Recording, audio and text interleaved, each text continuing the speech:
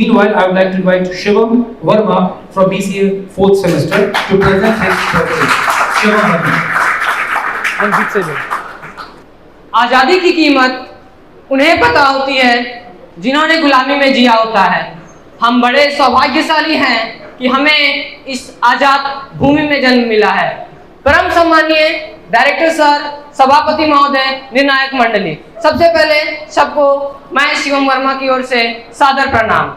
आज क्रांति तीर्थ के इस पावन मंच से मैं शिवम वर्मा अपनी स्वरचित कविता रूपी पुष्प उन शहीद क्रांतिकारियों को अर्पण करना चाहूंगा जिन्होंने देश के लिए अपने प्राण तक न्यौछावर करने में जरा सी भी संकोच नहीं की। तो मैं शुरू करना चाहूंगा एक कुछ पंक्तियों से कि गाथा है ये उन वीरों की, गाथा है ये उन वीरों की जिनकी अमर कुर्बानी है और देश की खातिर मौत से लड़ गए।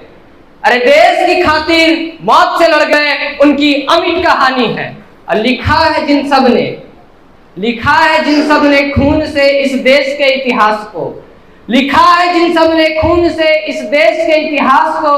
आज मैं बताता हूं उन्हीं के कुछ बात को कि सन 57 से शुरू हुआ और 47 तक जारी था।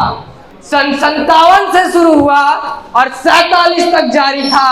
भारत माँ का हर बेटा उन अंग्रेजों पर भारी था।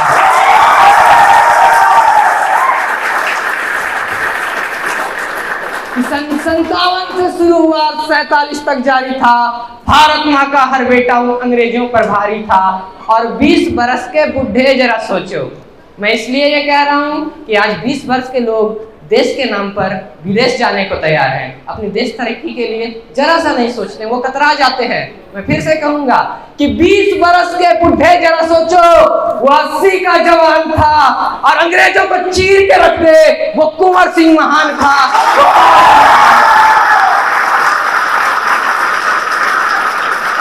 और टोपी वाला वो भगत सिंह, अरे टोपी वाला वो भगत सिंह और लाठी वाला गांधी था और इनकलाब और भारत छोड़ो का गांधी था।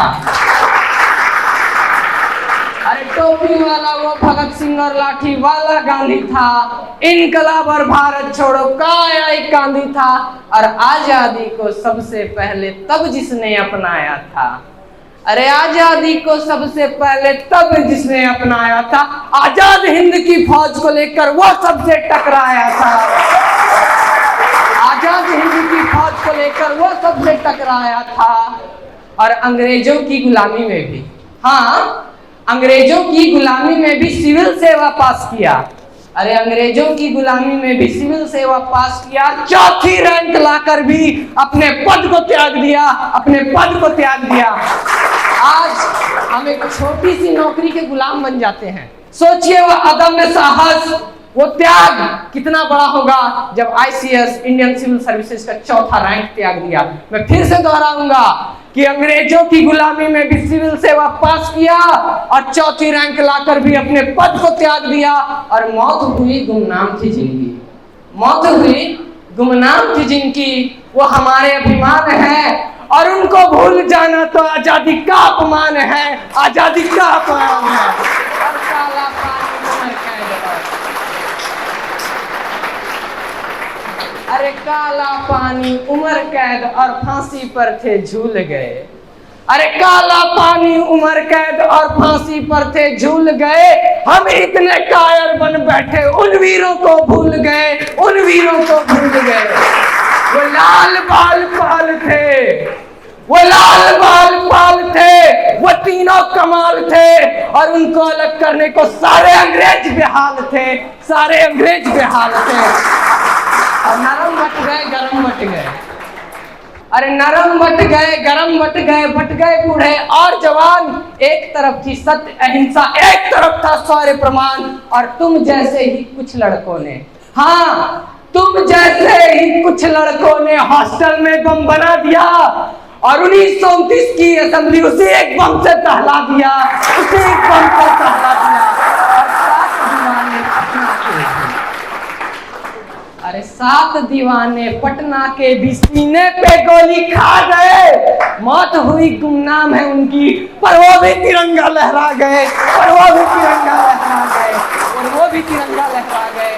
और और हुई 42 की क्रांति फिर, अरे हुई 42 की क्रांति फिर, सीने में थी आग लगी, अब बापू ने भी बदला रुख और भारत की भाग जगी, और भारत की भाग जगी। और छुआछूत जाति से लड़कर एक क्रांति ये भी हुई थी कि छुआछूत जाति से लड़कर ज्ञान लिया जब बाबा ने, दुनिया पूजे ऐसा एक संविधान दिया है बाबा ने, दुनिया पूजे ऐसा एक संविधान दिया है बाबा ने।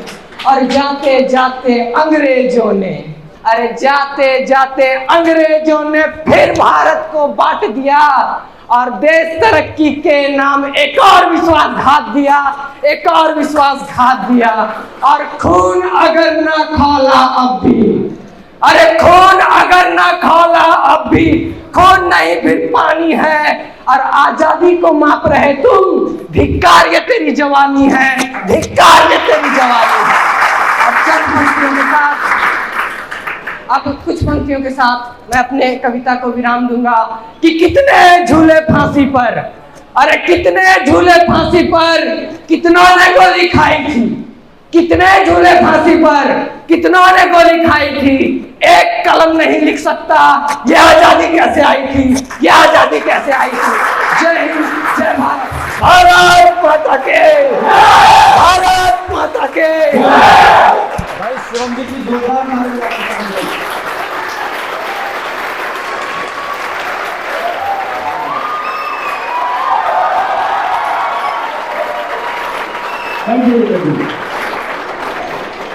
जो समिति हो सकता है। इसके पहले मैं एक सिर्फ बात बता दूं, बच्चे गांधी जी बोले कि कविता बच्चे ने खुद लिखी है।